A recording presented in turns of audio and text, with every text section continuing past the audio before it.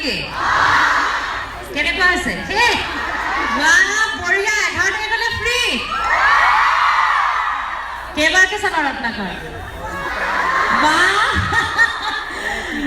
প্ৰথমে বিজয় কন্যা মহাবিদ্যালয় অধ্যক্ষ প্ৰমুখে শ্ৰদ্ধাৰ শিক্ষাগুৰুসকলক শ্ৰদ্ধা প্ৰণাম জনাইছোঁ আৰু লগতে কৃতজ্ঞতা আৰু ধন্যবাদ জ্ঞাপন কৰিছোঁ আমাক পৰীক্ষাৰ মাজতো যে প্ৰচাৰৰ বাবে আপোনালোকে অনুমতি দিলে এইখিনি সুবিধা কৰি দিলে তাৰ বাবে আমি আপোনালোকৰ ওচৰত চিৰকৃতজ্ঞ হৈ ৰওঁ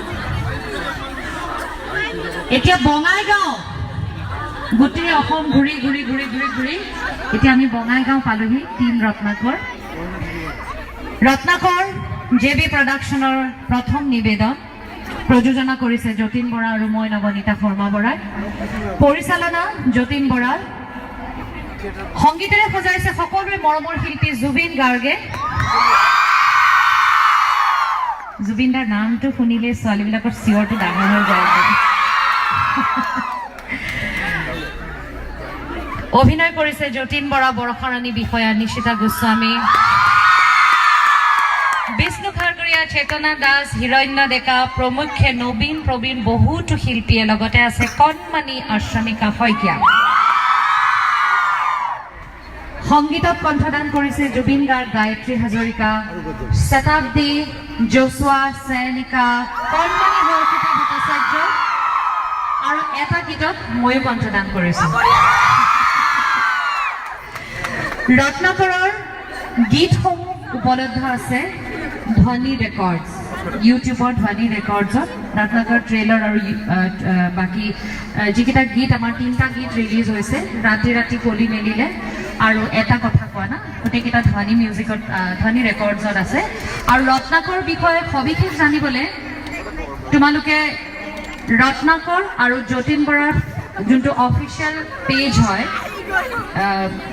ফেচবুকত সেইটো ফলো কৰি থাকা 11 তাৰিখলৈকে ৰত্নাকৰৰ পৰিয়ালৰ হৈ আন্তৰিক শুভেচ্ছা জনাইছোঁ খুব চাই আছে বৰষা অহা নাই বৰষা অহাৰ কথা আছিল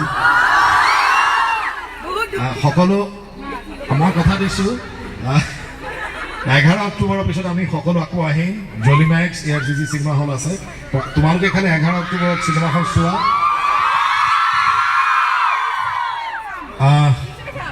এখন চিনেমা কৰি সপোন দেখিছিলোঁ চিনেমাখন এতিয়া ৰিলিজ হ'ব গৈ আছে 11 অক্টোবৰ তোমালোকে চিনেমা চাব লাগিব যেটো তোমালোকৰ ওপৰতে আমাৰ চলচ্চিত্ৰ উদ্যোগটো নিৰ্ভৰ কৰিছে তোমালোকে ইমান সুন্দৰ এতিয়া অসমীয়া ছবি চাবৰ কাৰণে হিলডল ভাঙি তোমালোক গৈছা এনেকৈ অসমীয়া ছবি চোৱা অকল কাঞ্চনজংঘা ৰত্নাকৰ বুলি নহয় অসমীয়া ছবি চোৱাৰ অভ্যাস কৰা সেইটো মই যতীন বৰাই তোমালোকক অনুৰোধ কৰিছোঁ আৰু কি ক'ম ৰত্নাকৰৰ ক্ষেত্ৰত মই এটা কথা ধন্যবাদ জনাব লাগিব যে জুবিন গাৰ্গ আৰু মোৰ এটা কম্বিনেশ্যন সকলোৱে ভাল পায় হিয়া দিয়া নিয়া নায়ক কন্যাদান বিধাতা বহুত চিনেমাত আমি একেলগে কাম কৰিছোঁ তাৰপিছত আফটাৰ লং টাইম আমি একেলগে আকৌ কাম কৰিছোঁ ৰত্নাকৰত চ' জুবিন গাৰ্গৰ কাৰণে এটা হাততালি হৈ যাওঁ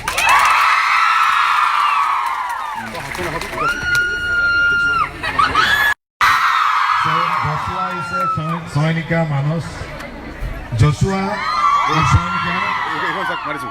ৰাতি ৰাতি ট্ৰেকটো গাইছে খুব সুন্দৰ তোমালোকক পাৰফৰ্ম কৰি দেখুৱাব ৰত্নাকৰ ছবিখন কৰোঁতে আমি বহুত কষ্ট আমি 11 তাৰিখৰ পৰা অসমৰ বিভিন্ন ঠাইত আহি এতিয়া আমি বঙাইগাঁও পালোঁ মই আশাবাদী যে এনেকুৱা কয় নাৰী শক্তি সৰ্বশক্তি বুলি কোৱা হয় নাৰী শক্তি নাৰী যেতিয়া জাগ্ৰত হয়তো কথাই নাই আৰু ত' মই আশা কৰিম যে বিজয় কন্যা মহাবিদ্যালয়ৰ সমূহ ছাত্ৰীয়ে যাতে গৈ শুনি পাওঁ যে আমাৰ ইয়াৰ পৰা বোলে বঙাইগাঁৱত হায়েষ্ট অডিয়েঞ্চ হৈছে বিজয়াৰ ছাত্ৰীসকল সেইটো কৰি পেলাই বেছি এটা সংকল্প ভিক্ষা খোজা নাই কষ্টৰ মূল্যহে বিচাৰিছোঁ মৰমেৰে দিনে সকামেৰে গ্ৰহণ কৰি আৰু খঙেৰে দিনে নেমিষ্টি আদায় কৰি কথা দিছোঁ প্ৰত্যেকৰে বুকুৰে ভুৱাইনী মৰমৰ কোবাল সাগৰ হ'ব লাগে যদি হ'ম মই আজিৰ যুগৰ নতুন ৰত্নাকৰ চ' মই আমাৰ কিবা সম্বৰ্ধনা অনুষ্ঠান আছে মই প্ৰিন্সিপাল মেমক দিছোঁ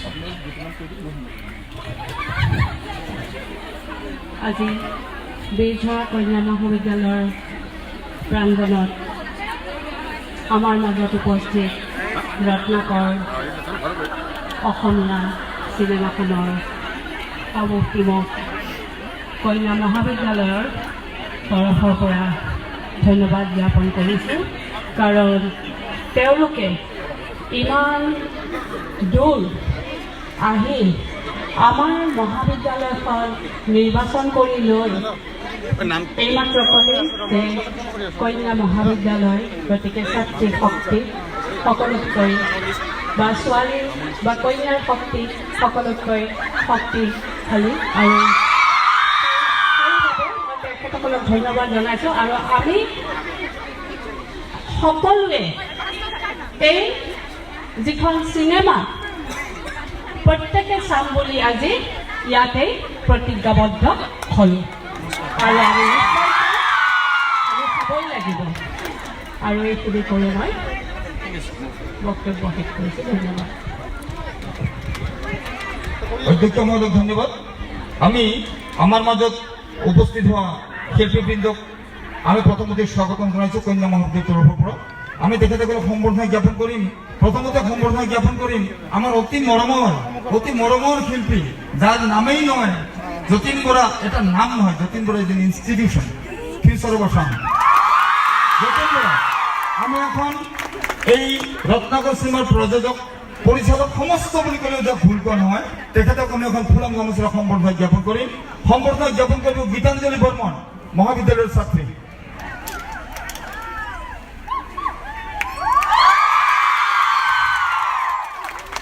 পুৰুষ আৰু নাৰীৰ সমন্বয়ত সদা সৰ্বদা সৃষ্টি ৰৈ আছে, ৰৈ থাকিব আৰু জাগি থাকিব। ঠিক তেনেকৈ এই যে সৃষ্টিৰ ফালে আমি আগবাঢ়ি গৈছোঁ, ৰত্নাকৰ আমাৰ মাজত উপস্থিত হৈছে যতীন বৰাৰ সহধৰ্মিনী আন এগৰাকী প্ৰযোজিকা নৱনীতা শৰ্মা বৰা। নৱনীতা শৰ্মা বৰাক আমি কলেজৰ তৰফৰ পৰা এখন সম্বৰ্ধনা জ্ঞাপন কৰিম। ফুলাম গামোচাৰে তেখেতক সম্বৰ্ধনা জ্ঞাপন কৰিব ছাত্ৰী ভুনুৰা।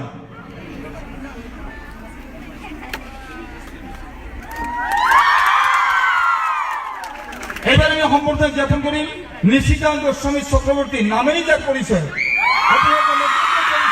প্রয়োজন নাই। সদায় টিভির পর্দা খুলি দিয়ার লগে লগে টিভি অন কৰিলেই যাক দেখিবলৈ পোৱা যায়, এটা আমাৰ আনন্দমুখৰ পৰিৱেশ সৃষ্টি কৰিব পাৰে প্ৰতিখন ঘৰত। সেইগৰাকী নিশিতা আজি আমাৰ মাজত, নিশিতা গোস্বামী চক্ৰবৰ্তীক আমি এখন ফুলাম গামোচাৰে সম্বৰ্ধনা জ্ঞাপন কৰিম। আমাৰ মহাবিদ্যালয়ৰ তৰফৰ পৰা তেখেতক সম্বৰ্ধনা জ্ঞাপন কৰিব ছাত্ৰী চিত্ৰলেখা ৰায়।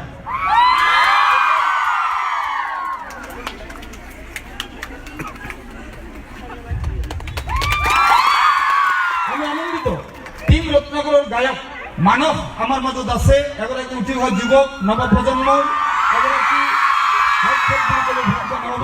মানসক আমি পৰিচয় কৰি দিয়াৰ লগে লগে আমি এখন ফুলাম গামোচাৰে সম্বৰ্ধনা জ্ঞাপন কৰি আমাৰ মহাবিদ্যালয়ৰ তৰফৰ পৰা ছাত্ৰী গীতাঞ্জলি ৰাভা, তেখেতক সম্বৰ্ধনা জ্ঞাপন কৰিছে গীতাঞ্জলি ৰাভাই। আমাৰ মাজত গায়িকা, যাৰ গীত সকলোৱে জানে, বিশেষকৈ ছাত্ৰীসকলে, আমাৰ শ্ৰোতাসকলে, তেখেত আমাৰ মাজত উপস্থিত হোৱাত আমি অতি আনন্দিত। গায়িকা সয়নিকা, আমি সয়নিকাকো এখন গামোচাৰে সম্বৰ্ধনা জ্ঞাপন কৰিম। তেখেতক সম্বৰ্ধনা জ্ঞাপন কৰি হিমাশ্ৰী ৰায় ছাত্ৰী।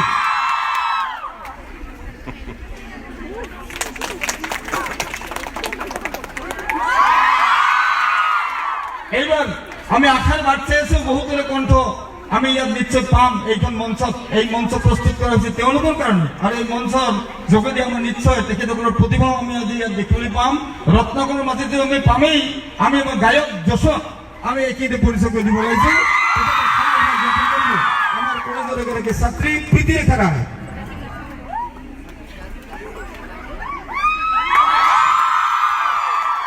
অনুষ্ঠানটিৰ আয়োজক আচলতে ক'বলগীয়া হ'লে চন্দন চৌধুৰীৰ কথা পাহৰিব আমি নোৱাৰো। চন্দন এগৰাকী শিল্পী, আমাৰ মাজৰে এগৰাকী উঠি অহা শিল্পী নহয়, তেওঁ এগৰাকী প্ৰবীণ শিল্পী বুলি ক'লে ভুল কৰি নহ'ব। এইগৰাকী শিল্পী আমাৰো যুৱক, তেখেতকো আজি সমস্ত এইখিনি প্ৰক্ৰিয়া, এই প্ৰক্ৰিয়াটোৰ অন্যতম ভূমিকা লৈছে। আমি এই সুযোগতে তেখেতকো এখন ফুলাম গামোচাৰে সম্বৰ্ধনা জ্ঞাপন কৰিম। সম্বৰ্ধনা জ্ঞাপন কৰিব মৌমিতা বৰ্মন ছাত্ৰী।